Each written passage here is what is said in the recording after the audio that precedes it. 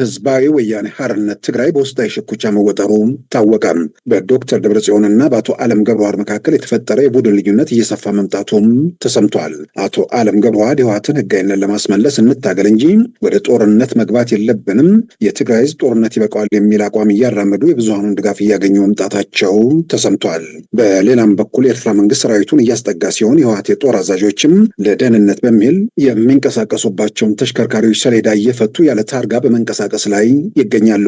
ከሰራዊቱ አዛዦች አንዱ የሆኑት ብርጋዴር ጀነራል ምግበ ኃይሌ በትናንትናው ዕለት የምዕራብ ግንባር ሰራዊት አዛዦችን አነጋግረዋል።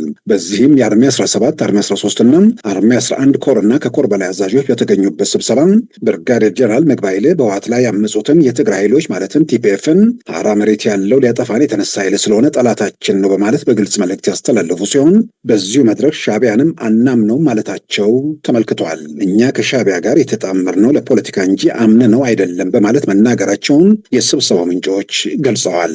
ስብሰባው እንደተጠበቀው በመግባባት ያልተጠናቀቀ ሲሆን ጀነራል ምግበ ኃይሌም ህመም ተሰምቶኛል በሚል አቋርጦ መሄዳቸው ታውቋል።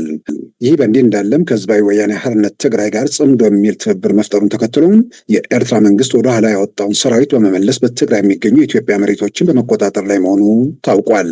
በተለይም በኢሮብ ወረዳ በሳቢያና ታህታይ አዳቦ፣ ሀዱሽ አዲና ገማሎ በተባሉ ቦታዎች የኤርትራ ሰራዊት እየተንቀሳቀሰም ይገኛል።